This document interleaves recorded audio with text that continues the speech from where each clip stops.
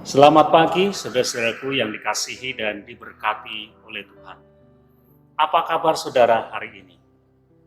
Luar biasa. Luar biasa kasih Tuhan dalam hidup kita. Saudara-saudara, ada sebuah kisah nyata tentang seorang yang bernama Edward Flanagan. Dalam hidupnya, dia mencoba untuk mempraktekkan kasih. Dan kasih ternyata adalah sebuah kekuatan yang luar biasa.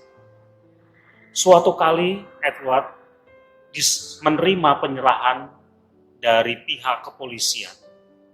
Seorang anak laki-laki yang berumur sekitar 9 tahun. Anak ini begitu jahat walaupun usianya masih begitu muda. Di usia 8 tahun, dia membunuh kedua orang tuanya. Dia merusak, dia berkata-kata yang kasar, dia begitu jahat walaupun usianya masih begitu muda. Berulang kali dia ditangkap oleh polisi, tetapi polisi tidak bisa berbuat apa-apa karena usianya masih 9 tahun. Tidak bisa dipenjara, tidak bisa dibawa ke pengadilan. Nah, akhirnya pihak kepolisian menyerahkannya kepada Edward untuk melakukan sesuatu terhadap anak itu. Ketika Edward menerima anak ini, dia menyambut anak ini dengan antusias, dengan semangat sekali. Dia memuji anak ini sebagai seorang anak yang baik. Dia memperlakukan anak ini dengan kasih.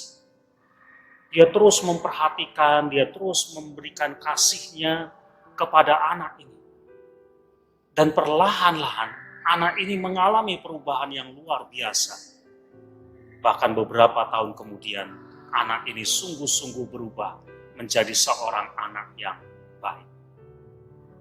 Ketika anak ini ditanya, bagaimana dia bisa berubah dari seorang yang begitu jahat menjadi seorang yang begitu baik? Dia mengatakan, ketika aku kecil, aku tidak pernah merasakan apa yang namanya kasih.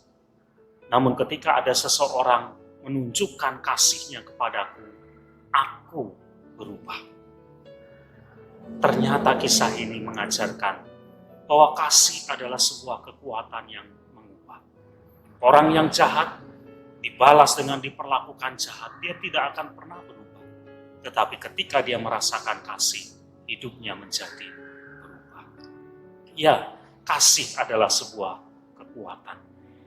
Firman Tuhan yang tertulis dalam Yohanes pasal 3 ayat 16 mengatakan, karena begitu besar kasih Allah akan dunia ini, sehingga ia telah mengaruniakan anaknya yang tunggal, supaya setiap orang yang percaya kepadanya tidak binasa, melainkan beroleh hidup yang kekal.